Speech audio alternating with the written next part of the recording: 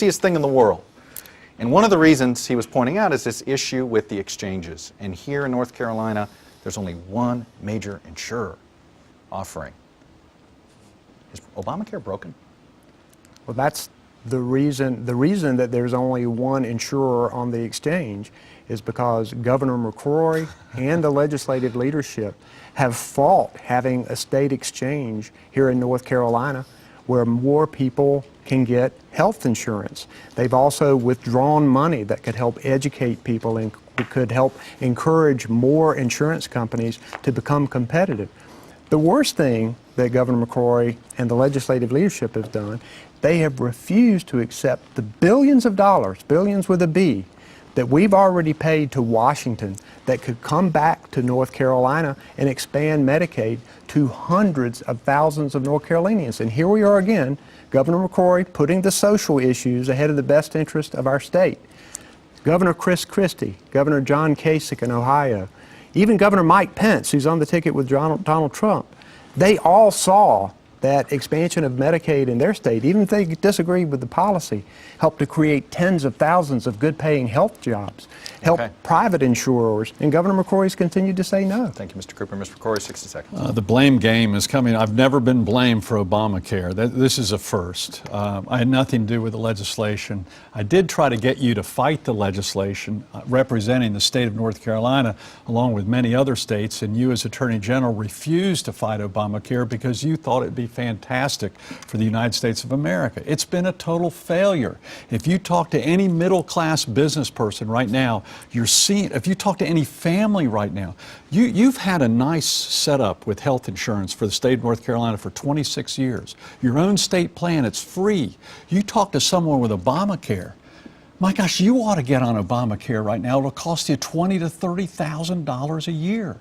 You've gotten too used to the government health insurance that you're now guaranteed until you're 65. If you feel so good about Obamacare, get on it and get off the state plan that we have right now. 30 seconds, Mr. Cooper. It is incredible to me that with this policy already set at the federal level, that the governor cannot accept the billions in tax money we've already paid. This is our tax money that could come back to North Carolina and insure hundreds of thousands of people and take pressure off the small businesses, take pressure off private employers who see a benefit. The other states who have done this have seen a benefit in their insurance premiums. But Governor McCrory's got to put that ideology. He's got to continue to talk about it. Thank you. Admit it's a failure. It's okay to admit it's a failure. That's okay.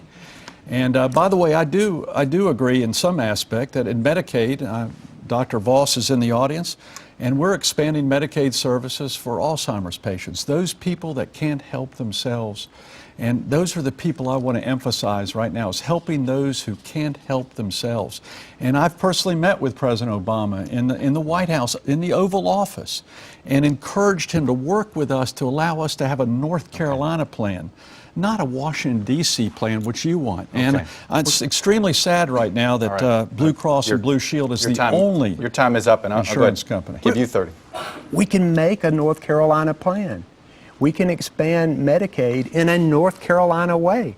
That opportunity is there. And for him to talking about saying that you're not giving health insurance to people who need it, this is the perfect opportunity with the tax money that we've already paid. But he continues to say no because of ideological Apparently reasons. You're not going to get on Obamacare, and you're going to keep your government plan that you've enjoyed for 26 years in the state of North Carolina. But very quickly, answer the Medicaid question. Why won't you expand it?